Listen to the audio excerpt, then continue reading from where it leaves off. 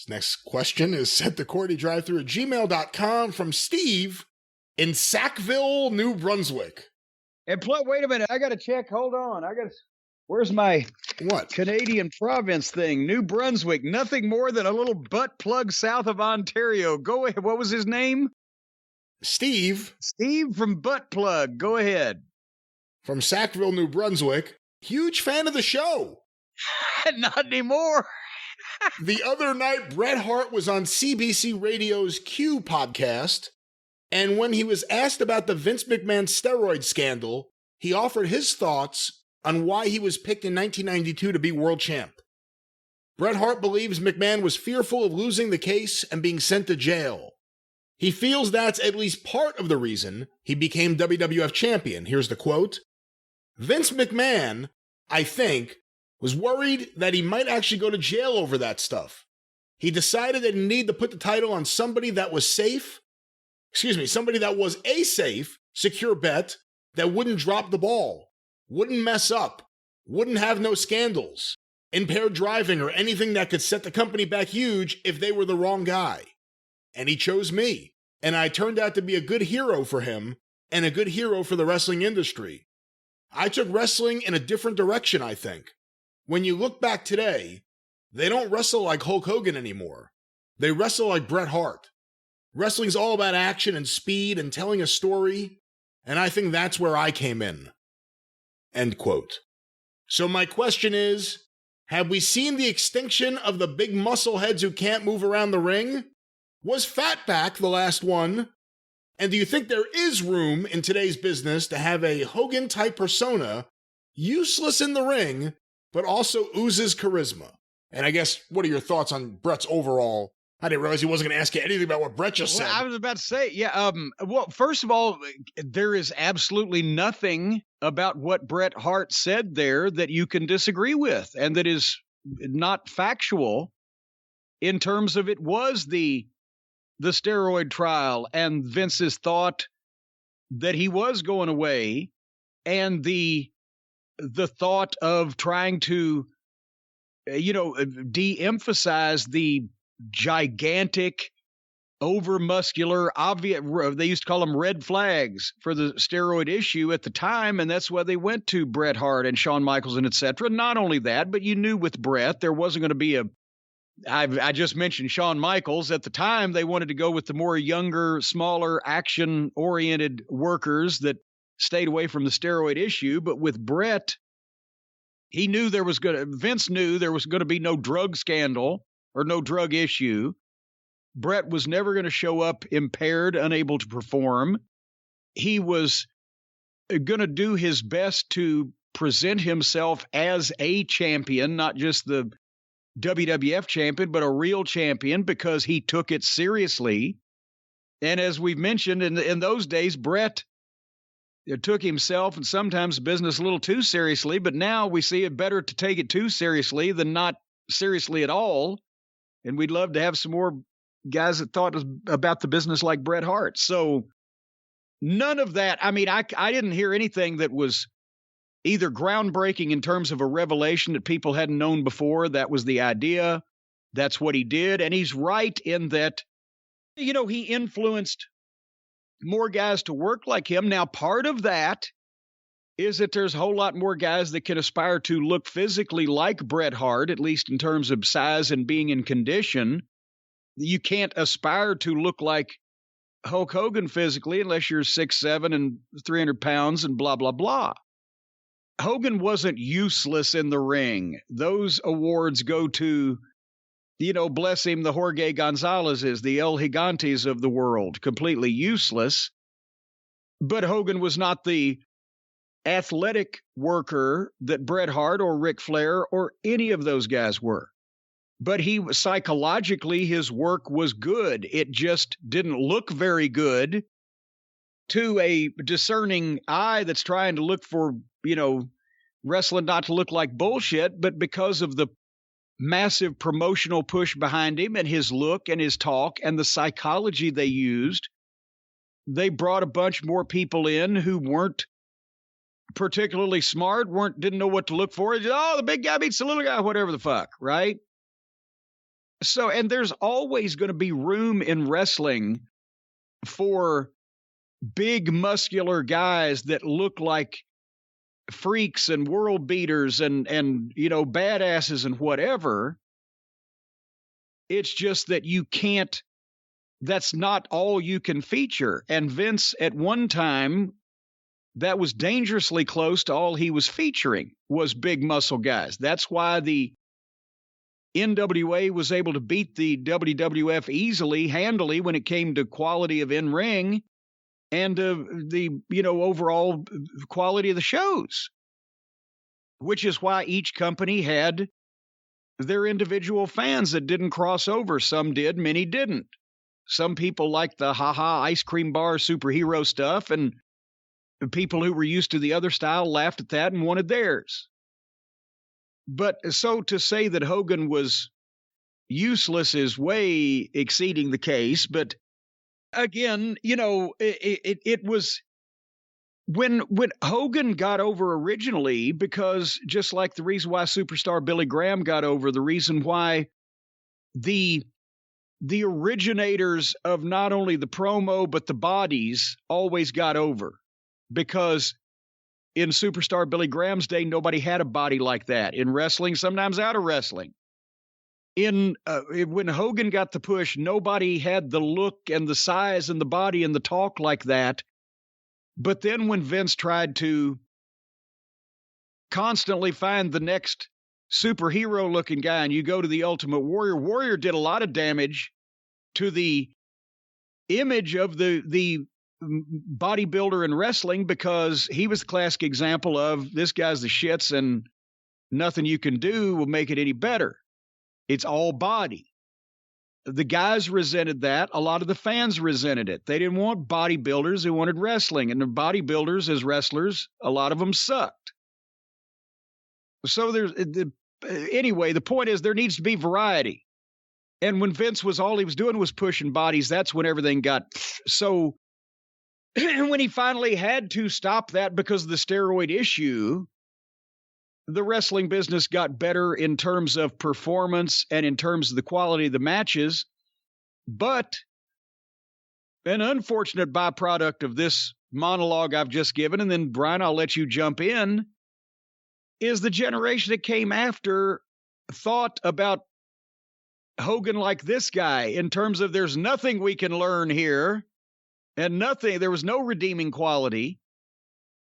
So then you have a bunch of guys who all they concentrate on is their work. And it's like Mick, Cactus, Mankind, whatever. All the people who wanted to copy him focused on was the bumps and the garbage wrestling, because they weren't as talented verbally. They weren't as talented mentally. They didn't understand the psychology, and they couldn't replicate all that. So they just took a bunch of goofy bumps. All the guys who idolized the Bret Harts didn't understand that he also had credibility to him, and the psychology he used in his matches and the way he carried himself. They just think it's all about the work rate, which is not a real wrestling term, by the way. That was made up by the Sheets in the 80s. Nobody ever in a wrestling locker room ever said, how's the guy's work rate? So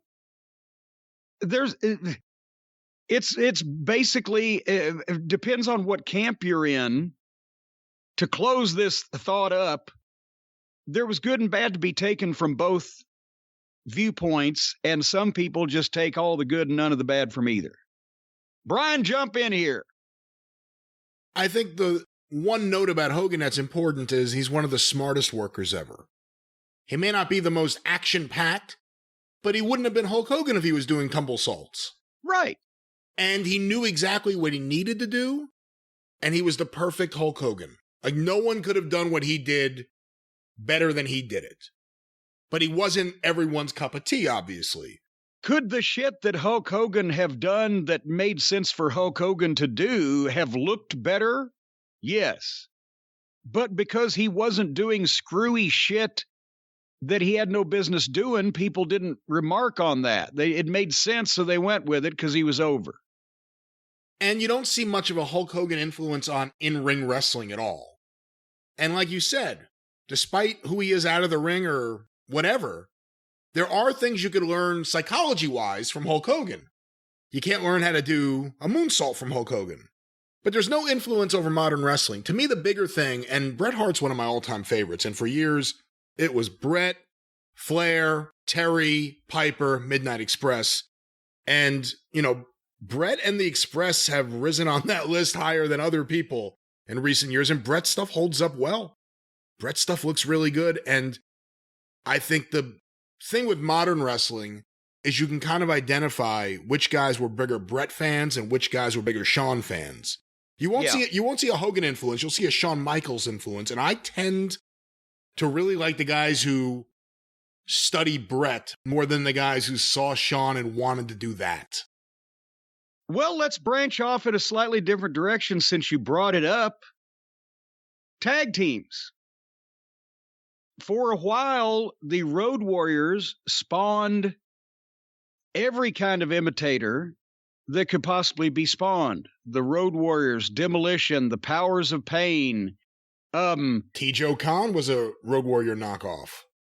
Yes, and then, in other companies, and we could go, if we had a list here, some of them, the teams have not been thought of in many years, but even every local indie in the 90s that started to pop up had a Road Warrior clone. Muscle guys painted their faces. That's the way that Sting and Warrior started out. Muscle guys painted their faces, whether it be the Blade Runners or the Freedom Fighters. Yeah, add them to the list. I was going to say add the Blade Runners to the list also of Road Warrior imitators. I just mentioned some of the ones that, people would remember, but they were everywhere. Big muscle face painted team. Who's had the bigger impact now on modern tag team work? Was it the Road Warriors and the muscle guys with face paint, or was it the Midnight Express and the Rock and Roll Express? I think it was Midnight Express, Rock and Roll Express, and you also have to bring up the top WWF tag teams, Hart Foundation, Bulldogs. Yeah. I feel like modern wrestlers, specifically guys who are tag team wrestlers who care about watching tapes and learning from history, they'll watch those teams and learn something every time they watch a match, even if they've watched those matches over and over. You talk to any wrestler who either just started watching Dennis Condrey or has been watching Dennis Condrey for a while, they'll always still pick up on stuff. And it's not just Dennis, but I'm using him as an example. Yeah.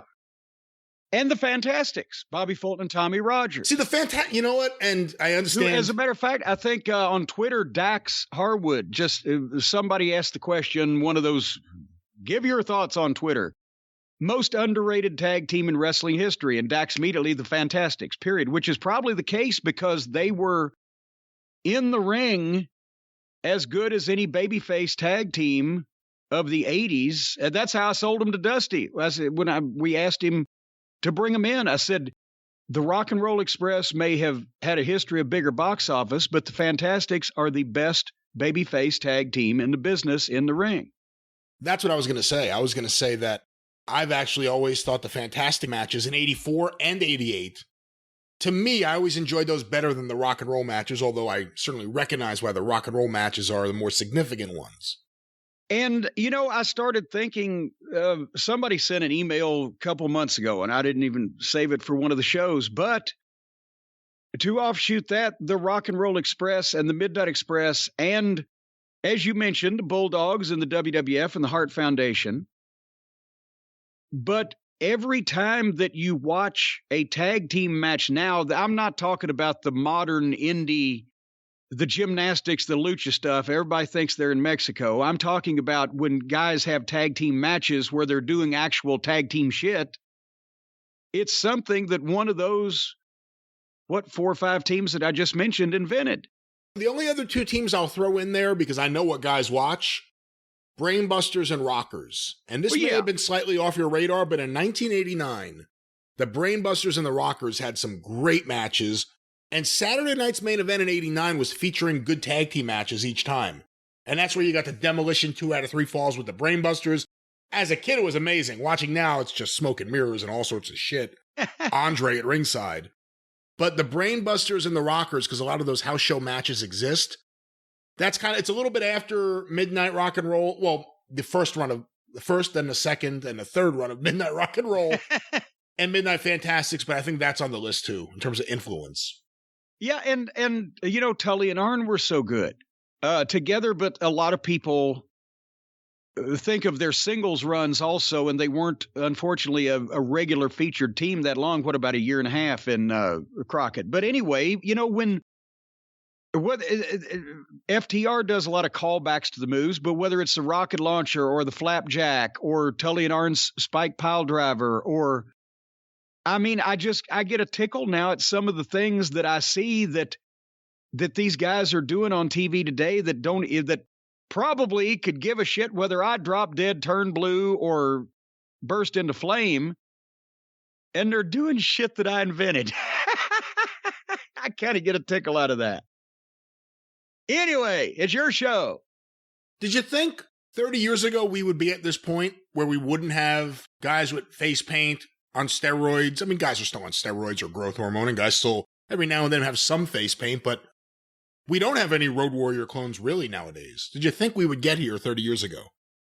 I was hoping we would, but I was afraid we wouldn't. Because the whole thing, again, when something is different, it gets over. But unfortunately, when something gets over, then everybody tries to copy it, and then what it got over about it is no longer different. And the face paint went crazy. As a matter of fact, when I don't know if I ever told you this, when I started Smoky Mountain Wrestling, one of the rules was nobody could have any face paint. I was not going to have any wrestlers with any face paint because not only was the WWF overstocked with that, but also WCW had started. And poor Danny Davis, he was Nightmare Danny Davis, one of my closest friends, right? He had the big star on his face. Not anymore. It just like, no, and Joe Pedicino was just gobsmacked at me one night. He came up to see one of our early tapings in Spartanburg, South Carolina, which was, we never got to make it a Smoky Mountain town because we couldn't get TV there in Greenville, Asheville, Spartanburg. But Sandy Scott knew the manager of the old Memorial Auditorium where all the Crockett TVs we shot there. So we got a good deal, and we did a TV taping there, and Pedicino came up from Atlanta. And that was one of the first 3 or 4 tapings we did. And so I was using Buddy Landell at the start. Unfortunately, Buddy in 1992 was Bad Buddy. So we had to, we dropped him, and he came back later on as Good Buddy a couple of years later. But Moon River Buddy. Moon River Buddy was the first one. But anyway, he was out doing his thing, and the director cut to a shot of somebody who was holding up a sign that was pro Buddy Landell. And I'm back at the monitor, and I told him, I said, make a note, we're cutting that one out. Pedicino, what do you mean? I said, he's a heel. He said, well, what? But I said, he's a heel. Heels don't have signs. Fans don't like heels. And he was gobsmacked. He was like, well, it shows that the people are interested. I said, it'll show the people are interested when I finish what I'm going to do with Buddy, and he's got a ton of heat. Right now, it's an old Crockett group, and they're happy to see him back. But heels don't have signs from fans that like them. I was trying to make it different. And I did. As a matter of fact, on one of the first Smoky Mountain shows, I had a guy standing in the fucking ring introduced. I'm trying to think what his name was. And then I had old Carl Stiles, who was a piece of work unto himself, under a mask, get a music entrance as the Destroyer or whoever the fuck. And a big entrance, and then I had the job guy standing in the ring go over in the end, so the guy without the music got the win, just because nobody ever did that then. I was trying to make the show different just so people wouldn't go, okay, this is the same as every other program we're watching. And people picked up on it. So your rules when you first started were no face paint, no heel signs, no junkyard dog.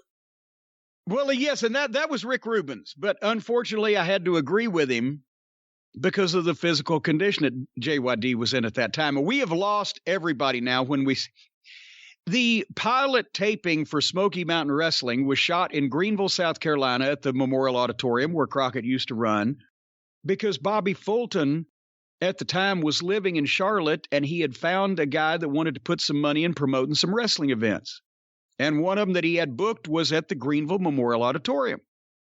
And I needed to shoot 2 episodes of Smoky Mountain Wrestling as pilots to show to TV stations. So I said to Bobby, if I pay for the entire TV production and add some names to your card that you're advertising, can I hop in on this? Absolutely. So he already had Paul Orndorff booked, and I gave Paul some extra money to work a TV match. And Ivan Koloff was already booked for Bobby, and Bobby and his brother Jackie were going to work for me anyway. But one person he'd booked on the show was JYD, and this was late 1991. And Dog was not in good shape. And obviously Rick Rubin, since he was putting up the money for the enterprise, I was keeping him involved on what was going on. And I mentioned the show, and I told him the the names that we had, down for the card. And he said, JYD's not going to be on the show, is he? And I can't imagine Rick Rubin. You've heard his name or heard his voice on documentaries or whatever. I can't do the New York accent. And I said, he said, let's not. I said, okay. So Dog was in the dark match main event after the taping. And he may have gotten his feelings hurt. I don't know. Because when he walked in the building and looked at the lighting grid that we'd flown, he said, God damn, you guys are serious, aren't you? But yeah, no face paint, no heel signs, no JYD on the first television tape. Because honestly, at that point in time, then it would have looked like every other independent, the ex-WWE or WCW or WWF at that time, or WCW Star Tour. Orndorff hadn't been on anybody's TV in a few years. Ronnie Garvin, same thing, and he was over in that area. But we weren't going to just book names that had just recently been on the big TVs to come in and just feed. They had to be part of what we were going to do going forward as a regular promotion. And you wanted guys to be in shape. You wanted guys that would actually look like they are athletic. And of course, there were gyms everywhere, and it's never been easier than it is right now to work out at home.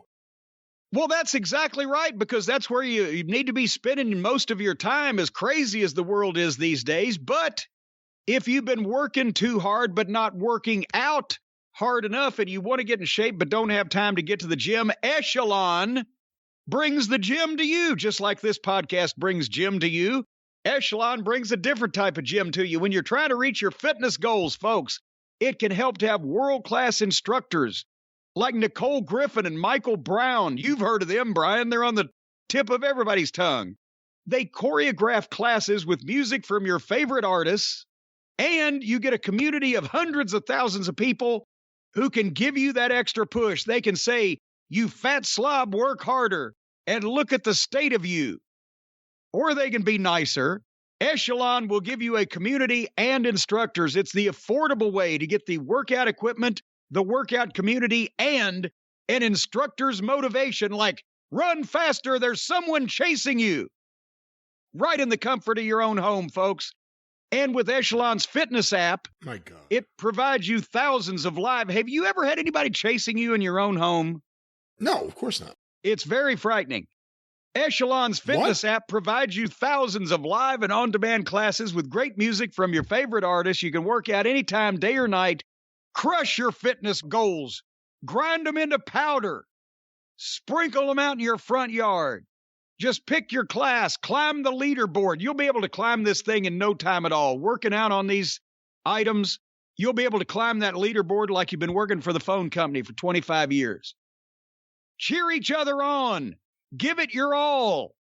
Echelon certified fitness instructors are supportive, engaging, and fun. They are supportive of you, Brian. They'll get engaged with you if that's what it needs to motivate you to make you work out harder. And they'll have a little fun on the side with you, apparently. Supportive, engaging, and fun. They know how to get you moving. But folks, you won't have to move out of your homes to afford this workout equipment because it's affordable, including stationary bikes, smart rowers, sleek fitness screens, and the auto-folding treadmill, which, as we've mentioned before, will not fold up with you inside of it. You can get off first and then you fold it up, and it's not dangerous. They're all these things and many more are connected to provide the echelon experience with around-the-clock classes for the family, including full-body workout programs that keep you coming. Back for more. Oh, wait, I'm sorry. It was a different line. Back for more. You'll be coming back for more. That's they don't right. keep you coming just incessantly. That would get old after a while. One membership covers a family of 5. So it's a large membership, folks. And right now, for a limited time, podcast listeners can get up to $800 off the MSRP. And Brian, you, like I know what MSRP stands for. That's right. Yes. Okay. Up to $800 off of it. To get this exclusive podcast discount, you got to text DRIVE, DRIVE, to 818181. Text DRIVE to 818181 to get up to $800 off MSRP value on these fine pieces of equipment. 818181. Just think of me and a cheeseburger. And then you'll remember 818181. Text DRIVE to that number. Disclaimer. Message and data rates may apply. See terms for details. Where those terms are, we're not sure, but check them out. What do you text? You text 8181. No, you text DRIVE to 818181. Or you text the word to the number, DRIVE, DRIVE, to 818181. Limited time only up to $800 off the MSRP, which is a fine piece of equipment in itself.